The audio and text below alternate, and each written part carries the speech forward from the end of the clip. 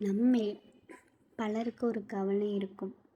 எவ்வளவுதான் உழைத்தாலும் கையில் காசு தங்க மாட்டேங்குதுன்னு. வந்த பணம் வந்த வழியே போயிடுது. இல்லைன்னா கடன் சுமை கழுத்தை நெரிக்குதுன்னு கவலைப்படுறோம். கவலையை விடுங்க, வேலுண்டு வினை இல்லைன்னு சும்மாவா சொன்னாங்க? நம்முடைய வறுமையை போக்கி செல்வத்தை செழிக்க வைக்க அந்த தகப்பன் முருகன் அருள் புரிவார்.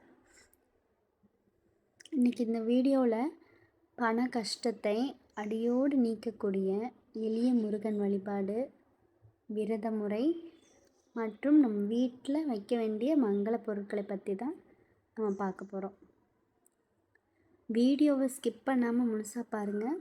நம்ம ஃபேமிலிஸ்காண்டி நான் ஃபர்ஸ்ட் டைம் பேசியிருக்கேன், எனக்கு சப்போர்ட் பண்ணுங்கள். முதல்ல நம்ம பார்க்க போகிற வழிபாடு, பண வரவு அதிகரிக்கணும்னு நினைக்கிறவங்க செவ்வாய்க்கிழமை இல்லைன்னா வெள்ளிக்கிழமை ரெண்டு நாட்களை தேர்ந்தெடுத்துக்கோங்க.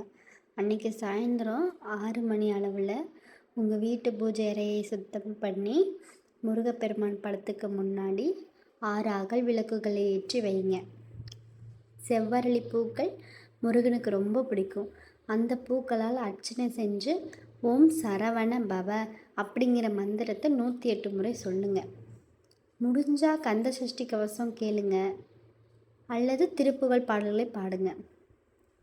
முருகனை மனமுருகி வேண்டிக்கிட்டால் உங்கள் வீட்டில் இருக்கிற தரித்திரம் விளங்கி மகாலட்சுமி கடாட்சகம் தானாகவே தேடி வரும். அடுத்ததான் நம்ம வீட்டில் பணத்தை ஈர்க்கக்கூடிய சில பொருட்களை பற்றி பார்க்கலாம். முதல்ல ஒரு சிறிய பித்தளையில் இல்லைன்னா செம்பில் இருக்கிற வெற்றிவேல், இது பூஜை அறையில் வச்சு வழிபடுங்க.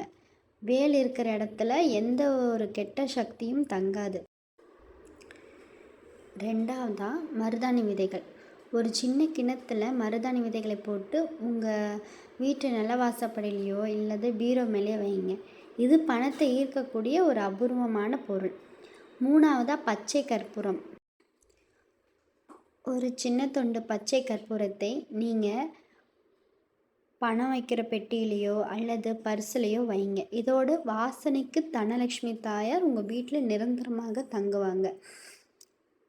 இந்த பச்சை கற்பூரம் அவ்வளோ ஒரு பெனிஃபிட். இது நம்ம குழந்தைங்களுக்கு சுற்றி போடுறதுனா இந்த பச்சை கற்பூரத்தையும் மிளகாயும் கூட வச்சு சுற்றி போடலாம். அவ்வளோ ஒரு பெனிஃபிட். இது கண்டிப்பாக யூஸ் பண்ணி பாருங்கள். கடைசியாக நம்ம எப்படி விரதம் இருக்கலாம் அப்படின்னு சொல்லி பார்க்கலாம்.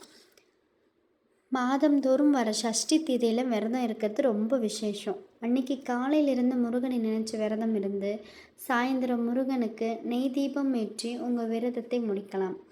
இதை நீங்கள் நம்பிக்கையோடு செஞ்சு பாருங்கள். கண்டிப்பாக உங்கள் பொருளாதார நிலைமையிலேருந்து ஒரு பெரிய மாற்றம் தெரியும். இதை கண்டிப்பாக ட்ரை பண்ணி பாருங்கள்.